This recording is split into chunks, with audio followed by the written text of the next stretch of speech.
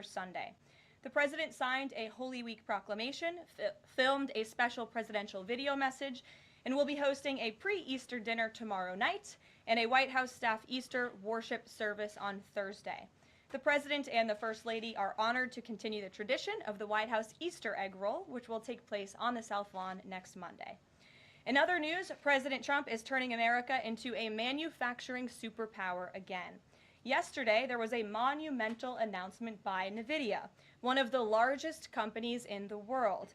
This is just the latest example. For the first time ever, chip-making giant NVIDIA will produce AI supercomputers entirely in the United States as part of its pledge to produce $50 billion worth of AI infrastructure in our country over the next 4 years. With their manufacturing partners, they have commissioned more than 1 million square feet of manufacturing space to build and test NVIDIA Blackwell chips in the great state of Arizona and AI supercomputers in the great state of Texas. NVIDIA's founder and CEO Jensen Huang touted how the engines of the world's AI infrastructure are being built in the United States for the first time. This is the Trump effect.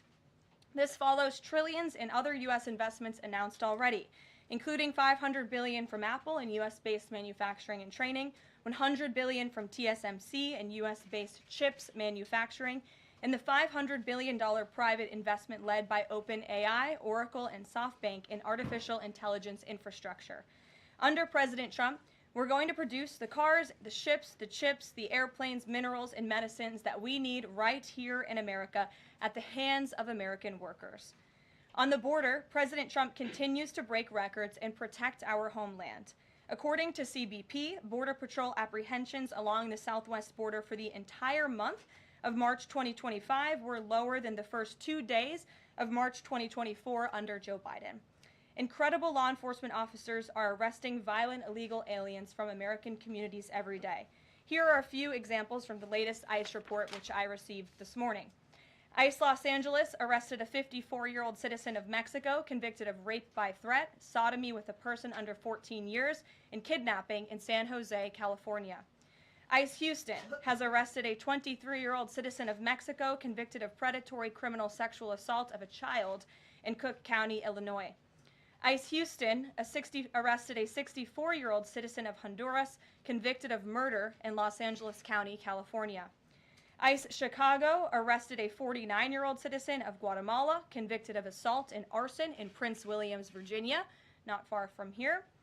ICE Denver arrested a 36-year-old citizen of Mexico who is registered as a sex offender and has been convicted of sexual assault of a child in Lake County, Colorado.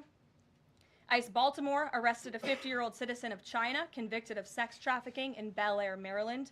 And ICE Boston arrested a 46-year-old citizen of Jamaica convicted of 3 counts of rape of a child and 2 counts of indecent assault and battery of a child under 14 in Boston, Massachusetts.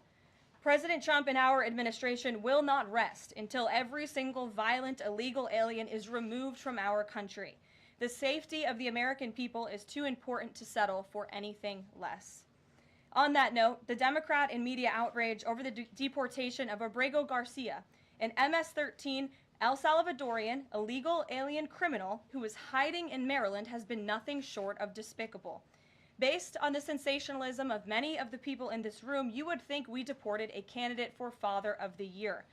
That's because, unfortunately, many in this country care more about this quote-unquote Maryland father, a legal alien MS-13 gang member, than a Maryland mother and an American citizen who was brutally murdered at the hands of a different illegal alien. Of course, I am referring to Rachel Morin. And if you didn't see, yesterday, a Maryland jury found illegal alien Victor Antonio Martinez Hernandez guilty of murdering Rachel Morin in August of 2023. She was a 37-year-old mother of 5 who was jogging in an otherwise safe community northeast of Baltimore when this monster ambushed, strangled, and beat her to death before stuffing her brutalized body in a tunnel drain. The Morin family finally got justice yesterday, but they will never get Rachel back. Our hearts go out to Rachel's family, her 5 children, and her mother, Patty, who has suffered the unimaginable loss of her daughter. In case you missed it last week, President Trump signed a national security presidential memorandum directing federal agencies administering federal land on the border to make land available to the Defense Department in a new national defense area.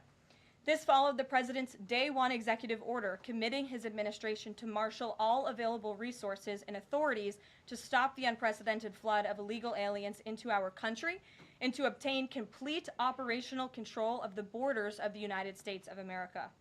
Once again, the president is fulfilling another key promise. This new national defense area spans more than 170 miles across our border in New Mexico. But in the coming weeks, this administration will add more than 90 miles in the state of Texas.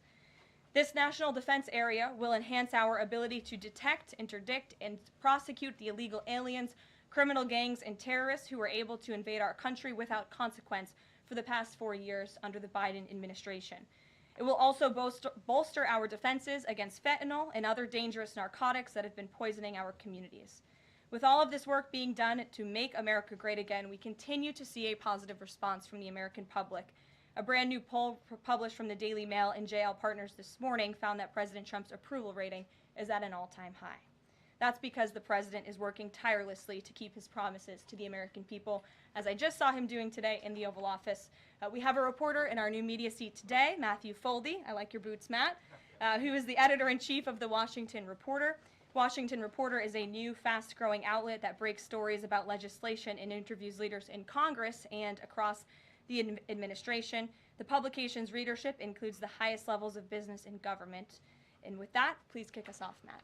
And we've interviewed you as well. So Karoline, thanks so much for having me here on behalf of our readership and the millions of Americans who I think appreciate what you're doing with the new media seat here and making this a more accessible briefing room. I'm curious, with Harvard, we saw the Trump administration today announced it's cutting around $2 billion, or freezing $2 billion in funds to Harvard because the campus has serious problems with violence and with anti-Semitism. We saw President Obama, former President Obama, side with Harvard, which rejected the Trump administration's demands. I'm curious, where does the administration see this going with Harvard and with other colleges and universities in America that are refusing to reform in wake of the sort of craziness that we've seen take over some of them? Thank you, Matt, for being here, and thanks for the question. When it comes to Harvard, the president's position on this is grounded in common sense, in the basic principle that Jewish American students, or students of any faith, should not be illegally harassed and targeted on our nation's college campuses. And we unfortunately saw that illegal discrimination take place on the campus of Harvard. There are countless examples to prove it, particularly with the stunning confession by then Harvard President Claudine Gay, who said that bullying and harassment depended on the context. The president at that time made it clear to the American public he was not going to tolerate illegal harassment and anti-Semitism taking place in violations of federal law. So the president made it clear to Harvard, follow federal law, no longer break Title VI, which was passed by Congress to ensure no student can be discriminated against on the basis of race, and you will receive federal funding. Unfortunately, Harvard has not taken the president or the administration's demands seriously. All the president is asking, don't break federal law, and then you can have your federal funding. I think the president is also begging a good question. More than $2 billion out the door to Harvard when they have a more than $50 billion endowment. Why are the American taxpayers subsidizing a university that has billions of dollars in the bank already? And we certainly should not be funding a place where such grave anti-Semitism exists. And I'm curious, you had just mentioned Rachel Warren, and I'm a Maryland man, and I think most Marylanders appreciate what you were saying today. We've seen that Chris Van Hollen, who was Rachel Warren's senator, basically threatening to fly to El Salvador to press for the release of someone who was in America illegally. And not as much sort of from him about Rachel Warren's horrific murder and the verdict that was, I think, rightly reached yesterday. What does the administration think about the priorities we're seeing from Senate Democrats in terms of illegal immigrants instead of the work that agencies like ICE and DHS are doing with the Trump administration? It's mind-boggling, the priorities of the modern-day Democrat Party. I think it's atrocious that you have Democrats in Congress on Capitol Hill who swear an oath to protect their constituents and to serve them in Washington, D.C., spending more time defending illegal immigrant gang members than their own constituents and law-abiding American citizens like Rachel Warren. And I saw the president personally on the campaign trail, and I continue to see him in his role as president of the United States, put American families first, reach out to the victims, the families of victims at the hands of illegal immigrant crime, and frankly, the actions and the words of the Democrat Party prove they could not care less about the American public. And maybe if they did, they'd see a bit higher approval ratings right now. Thanks for being here with us today. Peter. Thank you, Caroline. To follow up on something that you just said, why do Ivy League schools get so much federal funding?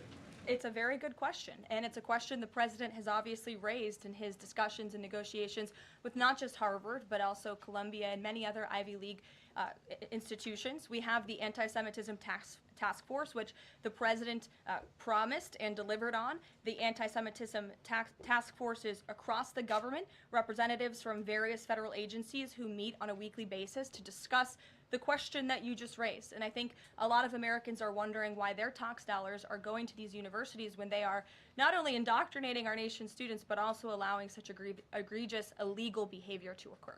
To follow up on immigration, deporting American citizens to Central American prisons, is it legal, or do you need to change the law to do it? Well, it's another question that the president has raised. It's a legal question that the president is looking into. And he talked about this yesterday when with his meeting with President Bukele in the Oval Office. He would only consider this, if legal, for Americans who are the most violent, egregious, repeat offenders of crime who nobody in this room wants living in their communities. And then there's this CHNV thing. President Biden let more than 530,000 people from Cuba, Haiti, Nicaragua, Venezuela into the U.S. with this CHNV program. He did it with the stroke of a pen. And now a judge will not let President Trump undo it with the stroke of a pen. So are you guys going to give all 530,000 plus people individual deportation hearings, or are you just going to try to deport them? I spoke to White House counsel's office about this morning because obviously another rogue district court judge is trying to block the administration's mass deportation efforts with this latest injunction. We will fight this in the court of law, and we will ensure that every individual who illegally entered our country and was really taken advantage of by the previous administration because they abused the parole system in this country to fast track legal status, as they said, for these illegal immigrants. And they completely abused our legal system. Many of these paroled individuals were then given temporary protective status, which the intention of that, TPS, was only supposed to be used in times of war or storm or destruction in the home countries of these migrants. It was completely abused. These migrants came here for economic reasons, and they illegally entered our country, and the president is not going to tolerate that. And so we will continue to focus on deporting as many individuals as we can. Jennifer. One on tariffs and one on Russia. Can you give us any sort of an update on which deals are in hand or are close? Which countries are reaching a deal on tariffs? And then on Russia, can you give us an update on what the agreement was with Russia? The president yesterday said that he thinks we'll be seeing some very good deals very soon. Can you talk a little bit about what Russia agreed to? Sure. I don't want to get ahead of our United States Trade Ambassador and Secretary of Commerce, the Secretary of Treasury, all the great individuals who are working incredibly hard to cut these good trade deals. And the president's deeply involved in this as well. He has made it clear to his trade team he wants to personally sign off on all of these deals too. And so I don't want to get ahead of them on announcements. But obviously, as you've heard from numerous administration officials, there have been many talks with countries. We've had more than 15 deals, pieces of paper put on the table, proposals that are actively being considered, and as we've said consistently, more than 75 countries have reached out. So there's a lot of work to do. We very much understand that, but we do believe that we can announce some deals very soon. And then on Russia, can you say, did Russia agree to anything with Special Envoy Steve Witkoff? I don't want to get ahead of those negotiations as well. What I can tell you is that they were a productive conversation was had. As the presidential envoy Steve Witkoff said last night, he believes that Russia wants to end this war, and the president believes that as well. There is incentive for Russia to end this war, and perhaps that could be economic partnerships with the United States, but we need to see a ceasefire first, and the president and the presidential envoy Witkoff made that very clear to the Russians. Gabe. Thank you, Caroline. And Yeah. I also want to thank your press office for releasing that information that you cited up there regarding the ICE arrests over the last couple of days. And I have them right here, but what I might ask is, why not release the same information for those who were deported to El Salvador? Well, first of all, that information was released by the Department of Homeland Security. The individuals on the flights to El Salvador are foreign terrorists, and those are counterterrorism operations. They are much different than the arrests and final order of removals that you see on a day-to-day basis that law enforcement agents are conducting around the country. That information was not, to that detail, was not released by DHS, though. I just told you the reason. It was a counterterrorism operation, a deportation of foreign terrorists, not illegal criminals who have been convicted of heinous crimes living in our American communities. It's two different things. Foreign terrorist, illegal immigrant criminal, two different things, two different definitions. You should look them up. Christian, go ahead. Yeah, thanks, Caroline. Does the president support raising the corporate tax rate to pay for all these other tax cuts he wants to see move through Congress? Look, I've seen this idea proposed. I've heard this idea discussed, but I don't believe the president has made a determination on whether he supports it or not. And then secondly, do you have any information on the status of Eden Alexander? Hamas says they lost contact with the unit guarding him following an Israeli airstrike earlier today.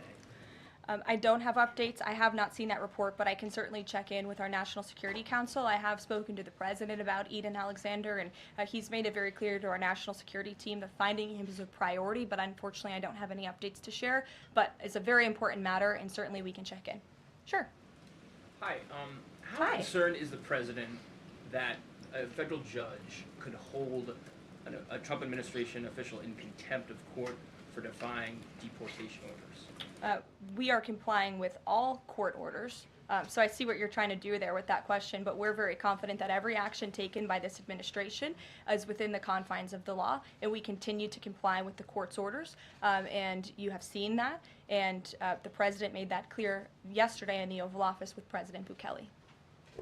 Sure. Thanks, Caroline. Could you, just going back to El Salvador, could you just explain to us a little bit more about the legal basis on which you may be able to send US citizens to prison there? I know you said that President Trump is looking at it, but can you explain to us a little bit more about how that might be possible? We're looking at it, and when I have more for you to share, I certainly will. Sure. Still going off the El Salvador questions, yesterday in the Oval Office, administration officials made it very clear that El Salvador is responsible for Mr. Abrego Garcia, yet El Salvador's president said we're not going to do anything with him. So my question is, who is responsible for this man and where he's going to end up? Well, no. First of all, President Bukele said that he is not going to smuggle a foreign terrorist back into the United States of America, as many in this room in the Democrat Party seemingly want him to do. Abrego Garcia was a foreign terrorist. He is an MS-13 gang member. He was engaged in human trafficking. He illegally came into our country. And so deporting him back to El Salvador was always going to be the end result. There is never going to be a world in which this is an individual who's going to live a peaceful life in Maryland, because he is a foreign terrorist and a MS-13 gang member. Not only have we confirmed that, President Bukele yesterday in the Oval Office confirmed that as well. So he went back to his home country, where he will face consequences for his gang affiliation and his engagement in human trafficking. I'm not sure what is so difficult about this for everyone in the media to understand, and it's appalling, truly appalling, that there has been so much time covering this alleged human trafficker and this gang member, MS-13 gang member. It's truly striking to me. Karen. Thanks, Caroline. The president was posting on Truth Social today about helping American farmers. And last week in his cabinet meeting, he was talking about a plan to work with farmers to retain workers who are in the U.S. illegally, provided that they leave and then come back through what he said would be a legal process. Can you give details on what that would look like? How many workers he's talking about? How long a plan like that would take to implement, and the timeline for more details on getting this actually to implementation? I can check in with our immigration and our policy team and get you some more details on that, Karen. And is he Or is this something he wants to roll out soon? I mean, he was talking back and forth with Secretary Rollins as Right. if this is kind of imminent that he wants to do this. Yeah, look, the president is in constant communication with all of his cabinet secretaries, particularly Secretary Rollins, who has the backs of American farmers and ranchers. It's something that he spoke about with her in the front of all the cameras in the cabinet room, but I'll check in with not only our immigration team, but also with USDA, and we'll get you an answer. Jonathan. Hi, Caroline. Hi, it's good to see you in here. You too. The President has long said that it would be an abuse of power for a President to direct prosecutors to investigate him. Last week, President Trump explicitly directed the Justice Department to scrutinize Chris Krebs to see if it can find any evidence of criminal wrongdoing. How is that not an abuse of power to direct the Justice Department to look into an individual, a named individual? Look, the president signed that executive order. It's the position of the president in this White House that it's well within his authority to do it. Otherwise, he wouldn't have signed it, and he signed it, and that's his policy. Jeff, how you doing? Fine, thanks, Caroline. A follow-up on Harvard. The president floated on Truth Social, I believe, the possibility of removing tax-exempt status. How serious is that threat, and are there other universities he's considering? And then a follow-up question on foreign policy.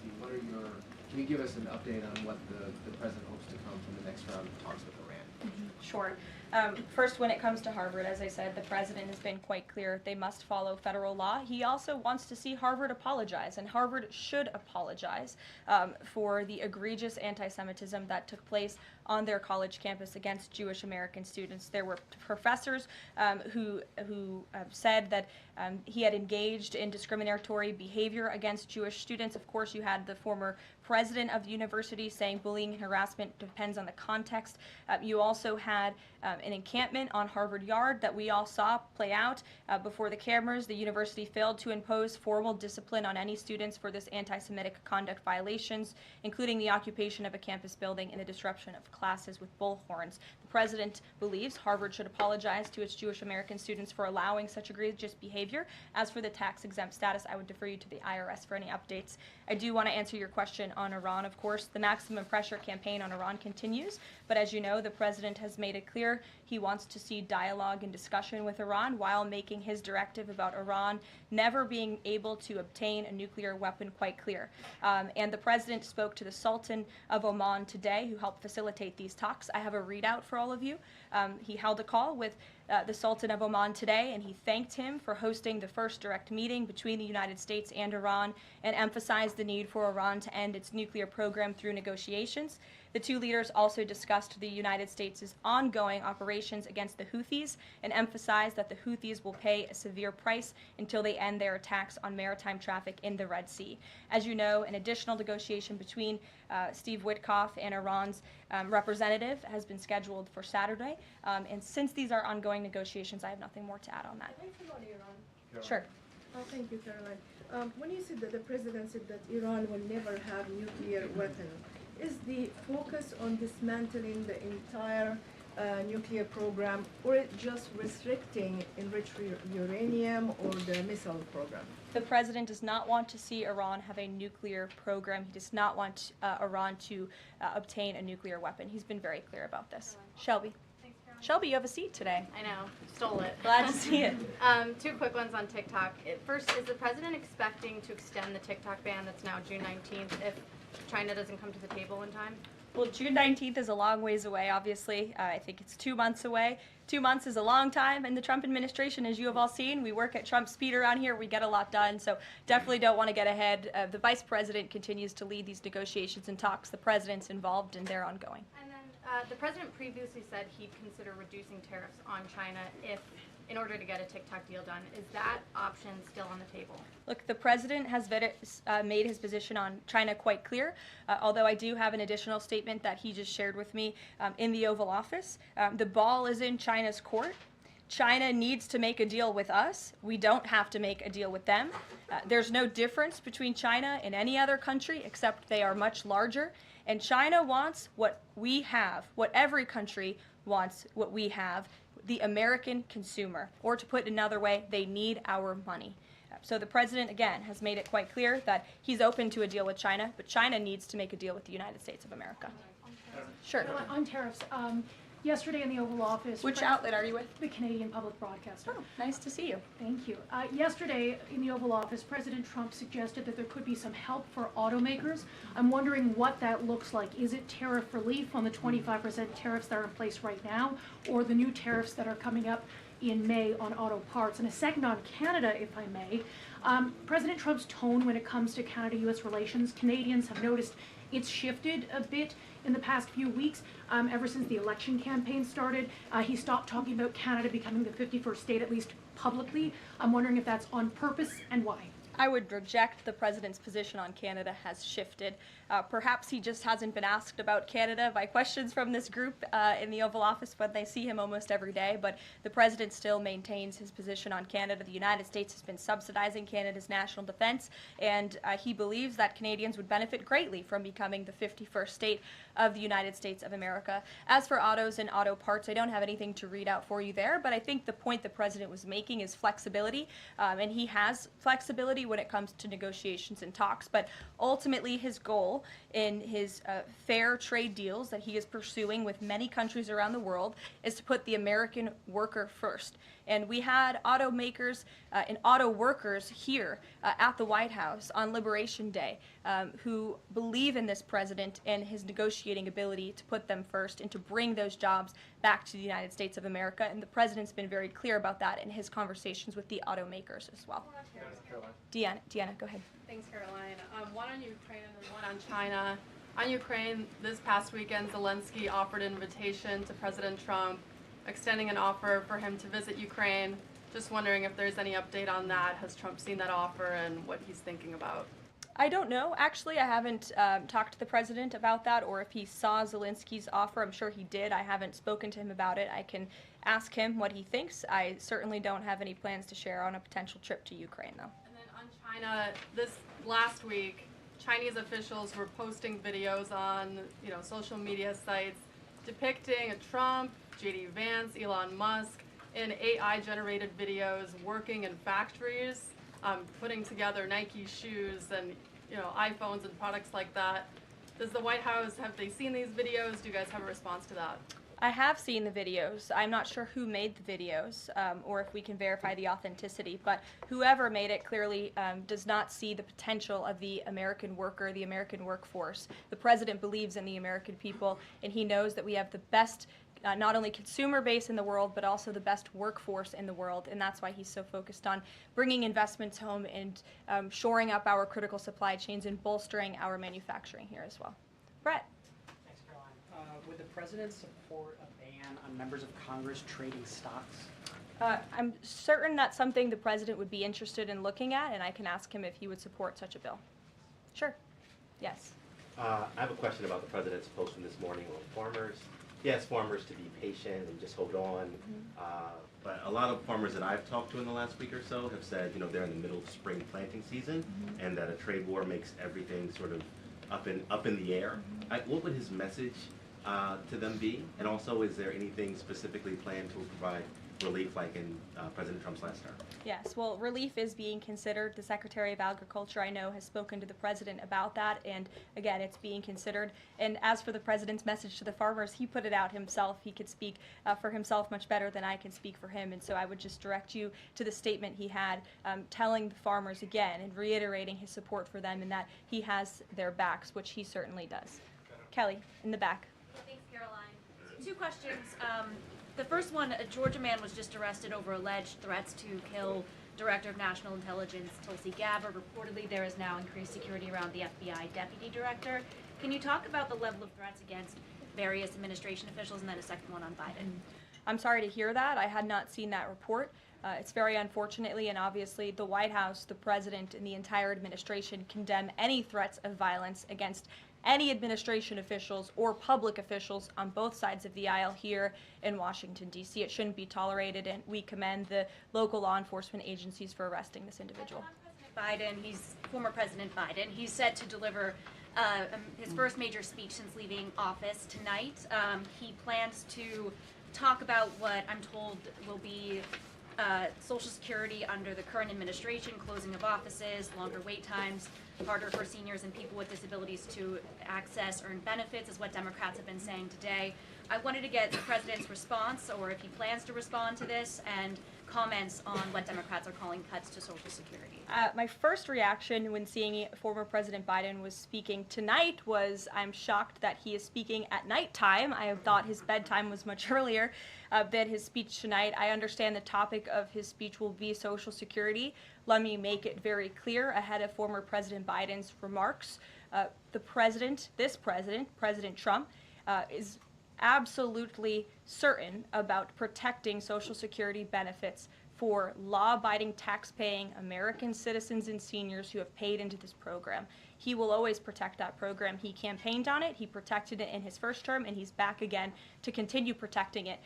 On the topic of Social Security, I have some news before I let you all go. Later this afternoon, the president will be signing a presidential memorandum aimed at stopping illegal aliens and other ineligible people from obtaining Social Security Act benefits. The memorandum will direct the administration to ensure ineligible aliens are not receiving funds from the Social Security Act programs. It will expand the Social Security Administration's fraud prosecutor program to at least 50 U.S. attorney offices and establishes a Medicare and Medicaid fraud prosecution program in 15 U.S. attorney offices. The memorandum will also require the Social Security Administration Inspector General to investigate earning reports for individuals aged 100 or older with mismatched Social Security records to combat identity theft.